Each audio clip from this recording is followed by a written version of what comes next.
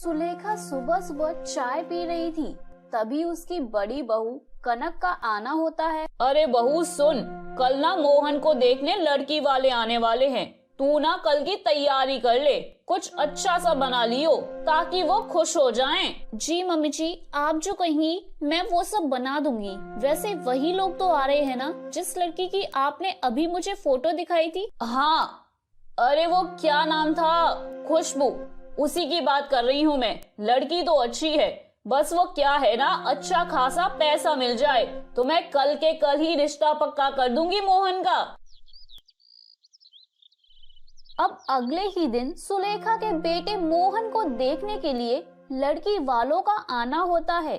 लड़की की माँ मोहन को देखकर कहती है, अरे जी देखिए, ऐसा है, हमें तो आपका लड़का पसंद है। आप पहले ही लड़की देख चुके हैं, तो मैं तो कहती हूँ कि बातचीत आगे बढ़ाते हैं और लगे हाथ शादी करके रिश्तेदारी निभाते हैं। क्यों, ठीक कहा ना बहन जी? अरे आपने तो मेरे मुंह की बात ही बोल दी।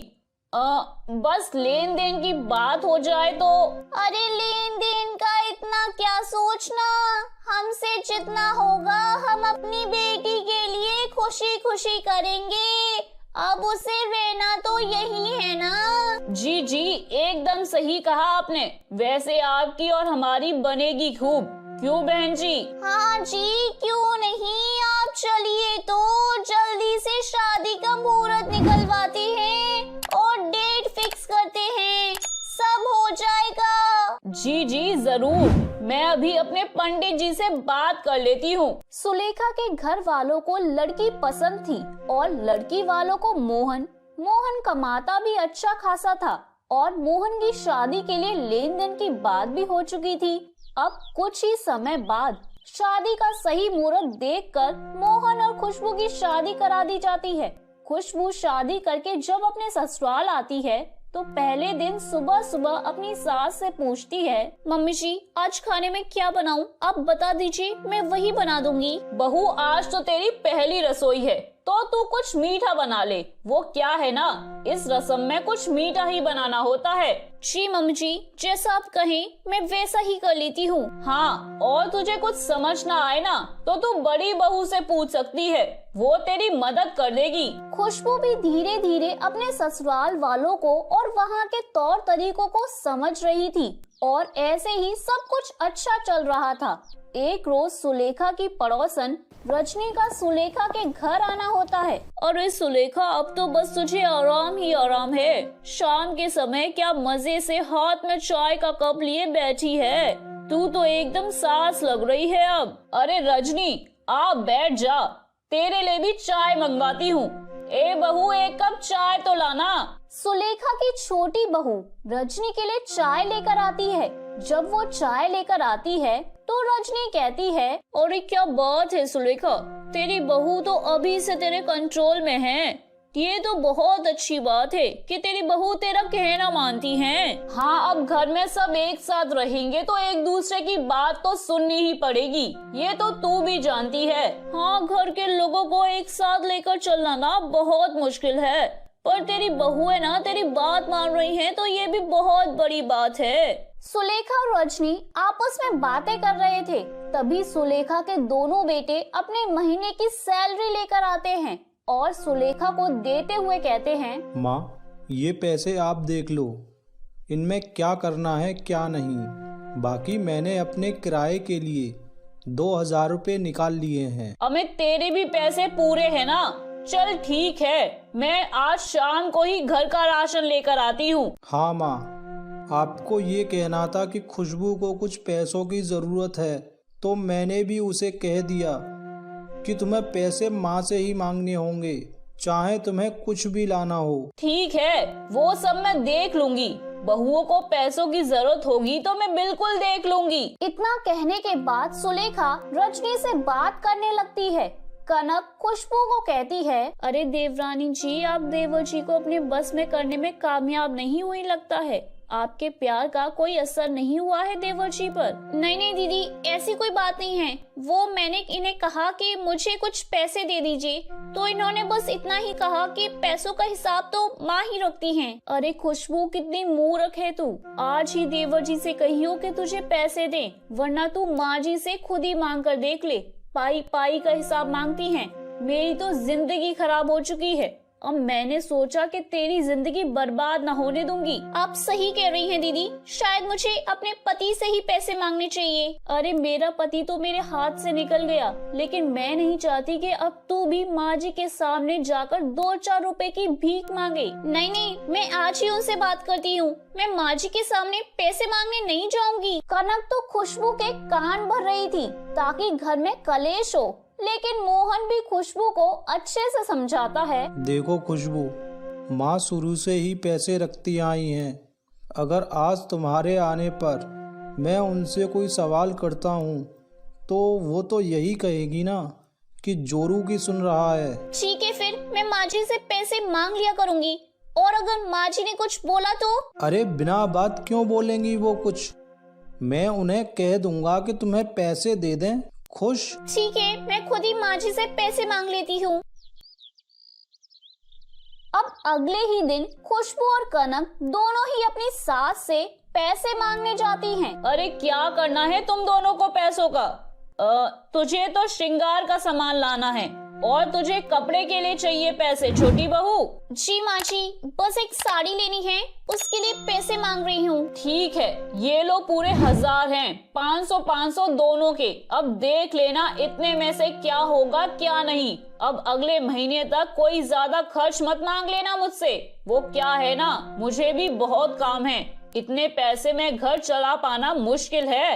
अपनी माँ को पैसे देते हुए अपने कमरे से रिंकी देख रही थी और वो अपनी भाभी को पैसे गिनते देख अपनी माँ के पास पहुँच जाती है। मम्मी, मुझे भी आपने इस महीने का खर्चा नहीं दिया है। आप तो जानती है ना कॉलेज जाने में कितना किराया लगता है। हाँ, ये ले बेटा 1000 रुपए, और ध्यान से खर्च करियो इनको।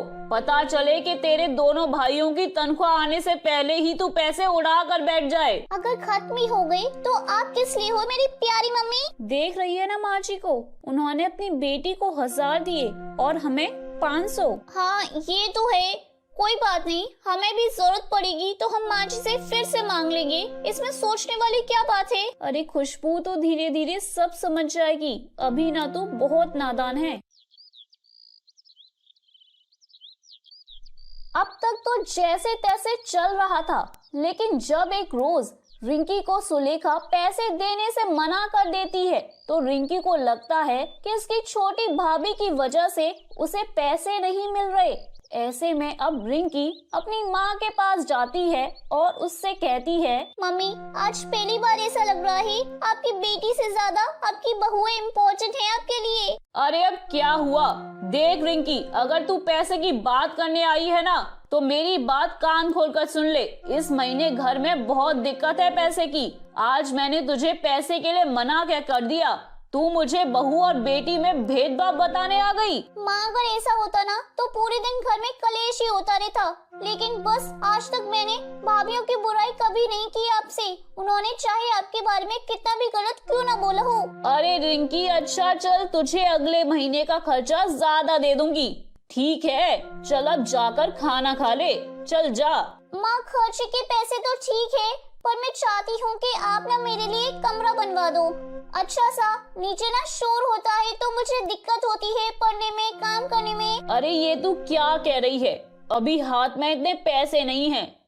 लेकिन ठीक है, मैं तेरे भाइयों से बात करूंगी। रिंकी जो चाहती थी वो हो रहा था। रिंकी अपनी माँ के हाथ में आने वाले महीने भर का खर्च अपने हिसाब से चलाने लगी थी। रिंकी जो कहती सुलेखा ना चाहते हुए भी रिंकी की बात मान लेती, क्योंकि वो अपनी माँ को इमोशनल कर दिया करती थी, जिस वजह से सुलेखा अपनी दोनों बहुओं को खर्च नहीं दे पा रही थी, जबकि कमाई उनके पतियों की है। हालांकि कनक और खुशबू को ये बात खटकने लगी कि उनके पतियों की कमाई उन्हीं को नहीं दी जा रही है और मिलती भी तो उल्टा उन्हें ही खरी खोटी सुननी पड़ती। दीदी ऐसे काम नहीं चलने वाला, हमें कुछ करना ही होगा। तू ठीक कह रही है खुशबू, देख तो कैसे माँ जी सिर्फ रिंकी को ही पैसे देती हैं। क्या हम लोग उनके लिए कुछ भी नहीं है? सारा दिन घर का काम धाम करते हैं हम और मजे ले रही है हमारी नन। लेकिन मैं अगर माँ जी से ननन जी के बारे में कुछ कहूँगी तो घर में कलेश हो जाएगा, उनसे कुछ कहूँगी तो भी घर में कलेश होगा। अगर हमें कुछ करना है तो हम दोनों को मिलकर ही कुछ करना होगा, वरना ननन जी की होशियारी तो साफ साफ नजर आ रही है। हाँ खुशबू तू एकदम ठीक कह रही है, देख तो कुछ ही समय में कमरा बनवा लिया, वरना हम तो कब से माँ जी को कह रहे हैं कि घर की मरम्मत करवा लो, लेकिन माँ जी हैं कि सुनती ही नहीं है। कुछ दिन बाद जब उनकी शादी होगी तो माँ जी की जितनी भी जमा पूंजी है बटोर कर तो वही ले जाएंगी। खुशबू और कनक बात कर रहे थे, तभी सुलेखा वहाँ आती है और अपनी बहू को कहती है, बहू मैं तुम दोनों को कब से आवाज लगा रही हूँ, लेकिन तुम दोनों को क्या यहाँ बैठकर चुगली कर रही हो? ये नहीं कि बाहर आकर देख लो कि कोई आवाज भी लगा रहा है। जी माँ जी, कहिए ना क्या काम है? हम वो बस काम को ही लेकर बातचीत कर रहे थे और कुछ नहीं। कहिए ना माँ जी क्या काम है? हम दोनों खाना बनाने ही जा रहे थे। तुम दोनों कल कपड़ों के लिए पैसे मांग रही थी ना, उससे पहले भी तुम दोनों ने कपड़ों के लिए पैसे मांगे हैं। मैं और रिंकी जाकर तुम दोनों के लिए कपड़े ले आएंगे, बस यही कहने आई थी मैं। लेकिन माँ जी आपको हमारी पसंद नापसंद का क्या ही पता होगा? अरे मैंने जितना कहा है ना तुम उतना समझ लो बस, वरना ऐसा ना हो कि जो कपड़े मैं लेकर आऊं वो भी तुम्हें नसीब ना हो।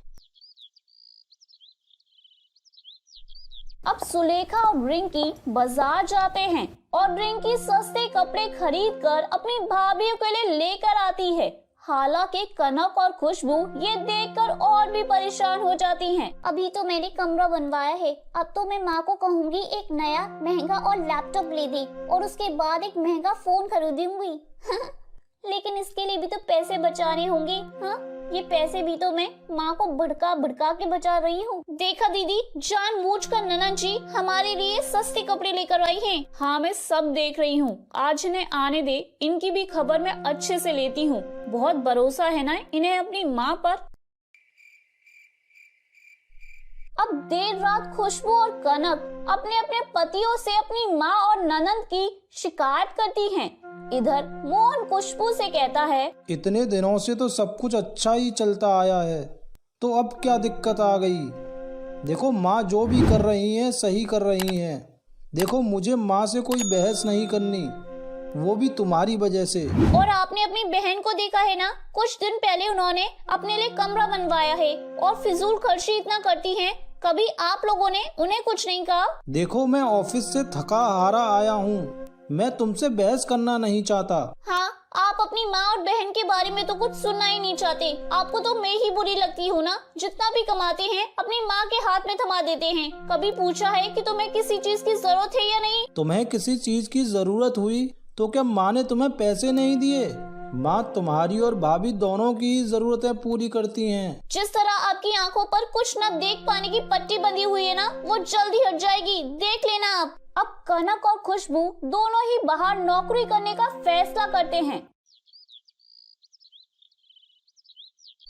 और देर शाम अपनी सास के पास जाकर कहती हैं, माँ जी हमें नौकरी करनी है, क्योंकि अब हमें हमारे पतियों की कमाई तो आप दे नहीं रही, तो हमने सोचा कि हम खुद ही अपनी कमाई से अपने लिए कुछ ढंग के कपड़े तो खरीद लेंगे, क्योंकि अब तो हमारी हालत ऐसी हो गई है कि हम खुद के लिए कुछ अच्छा कर ही नहीं सकते। हाँ माँ जी, दीदी बिल्कुल ठीक कह रही हैं। हमें बाहर जाकर नौकरी करनी है ताकि हम अपना खर्चा खुद उठा सके और हमें आपके आगे हाथ न फैलाने पड़े। देख रही हो ना मम्मी, किस तरह अब दोनों भाभियाँ अपनी मनमानी पर उतर आई हैं। अभी बाहर जाकर नौकरी करेंगी तो घर का काम कौन करेगा? अरे तुम दोनों के बीच में जो खिचड़ी पक रही है ना, उसके बारे में मुझे अच्छे से पता है। तुम दोनों कहीं नहीं जा रही हो और जो कुछ भी तुम्हें इस घर में मिल रहा है ना, उसी में तुम दोनों को गुजारा करना होगा।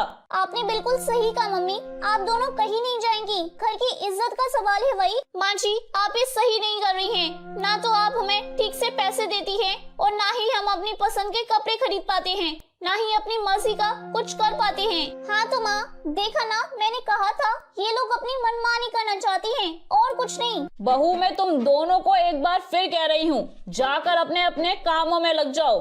ऐसा ना हो कि जो पैसे मैं तुम्हें दे रही हूँ ना, वो भी देना बंद कर दूँ। खुशबू और कनक अब और भी ज्यादा परेशान हो चुकी थी और वो कुछ कर भी नहीं पा रही थी। ऐसे में अब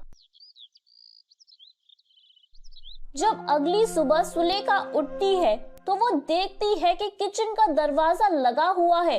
दोनों बहुओं में से कोई भी नजर नहीं आ रही। दोनों के कमरे के दरवाजे भी बंद हैं। तभी सुलेखा अपनी दोनों बहुओं को आवाज लगाती है, अरे दोनों की दोनों कहाँ गई? तुम दोनों को कुछ हो तो नहीं गया? सुबह के 10 बज गए हैं, अभी तक तुम दोनों जागी नहीं क्या? माँ, चिल्लाने की जरूरत नहीं है। भाभीओं ने काम न करने का मन बना लिया है और तो और कह रही हैं कि सिर्फ अपने लिए ही खाना बनाएंगी, बाकी भैया भी भूखे गए हैं। हाय रे, इतनी मनमानी पर उतर आई है ये दोनों। आज से मैं इन दोनों को पैसे देना ही बंद कर दूंगी, तब अकल ठिकाने आएगी इनकी। माँ, अकल तो आप इनकी बाद में ठिकाने लगाना, लेकिन मुझे भूख लग रही है, उसका क्या? अरे आज खाना तू बना ले तो कोई आफत नहीं आ जाएगी बेटा। तेरी वजह से ही इन दोनों ने नखरे करना शुरू कर दिए हैं। जा जाकर किचन में काम कर। लेकिन माँ, मैं काम नहीं करने वाली, मुझसे खाना वाना नहीं बनेगा, मुझसे नहीं होगा ये काम। देख, मुझे भूखे रहने की आदत नहीं है और अगर तूने भी खाना नहीं बनाया तो तुझे भी पैसे देना बंद कर दूंगी मैं। अपनी माँ की बात सुनकर रिंकी मन मारकर खाना बनाने जाती है। इधर सुबह से शाम हो जाती है, लेकिन खुशबू और कनक घर का एक भी काम नहीं करती। जब सुलेखा के दोनों बेटे काम पर से घर लौटकर आते हैं तो सुलेखा अपनी बहू की शिकायत दोनों बेटे से करती है। तभी मोहन अपनी माँ से कहता है, माँ, आज तक मैं आपकी बात मानता आया हूँ, लेकिन आज मैं पहली बार खुशबू के लिए बोल रहा हूँ। ना तो आप उन्हें पैसे देती हैं और ना ही उनके मनपसंद की चीजें लाकर देती हैं। तो क्या अब तू अपनी पत्नी के लिए अपनी माँ से बगावत करेगा? नहीं माँ, मैं आपसे लड़ने नहीं आया, ना ही मैं घर में कलेश करना चाहता हूँ। मैं तो बस ये चाहता हूँ कि घर में सभी लोग खुश रहें। हम दोनों भाइयों ने शुरू से ही आपको पैसे लाकर दिए हैं। कभी आपसे ये नहीं कहा कि माँ सारे पैसों का हिसाब क्यों रखती हैं। हम भी तो हिसाब रख सकते हैं। देख लिया ना माँ, अब भाभीओं ने भैया को भी भड़का दिया, अभी आपके खिलाफ बोल रहे हैं। तू माँ के कान भरना बंद करेगी तो तेरे लिए अच्छा रहेगा। जहाँ जाएगी वहाँ भी आग ही लगाएगी। अरे तू मुझसे ऊंची आवाज में बात कर रहा है और अब रिंकी को भी डांट रहा है। अरे जाओ तुम दोनों, अपनी अपनी बीवी के पल्लू में बन जाओ। जाओ जाओ। कनक और खुशबू का हड़ताल मिशन सक्सेसफुल होता है, क्योंकि दोनों के पति दोनों को महीने के आखिर में अपनी तनख्वाह में से कुछ पैसे देने का वादा करते हैं। इधर सुलेखा और रिंकी ये सब देखकर हाथ मलते रह जाते हैं, लेकिन कुछ कर नहीं पाते। तो मेरे प्यारे दोस्तों, कैसी लगी आपको मेरी ये कहानी? मुझे कमेंट करके जरूर बताएं और अपने दोस्तों के साथ शेयर करें। अगर आपने मेरे चैनल को अभी तक सब्सक्राइब नहीं किया है तो नीचे वाले बेल आइकन को दबाकर सब्सक्राइब कर लें। तो मिलती हूँ मैं आप सभी से फिर एक नई कहानी के साथ। तब तक आप अपना ध्यान रखिए। बाय बाय दोस्तों।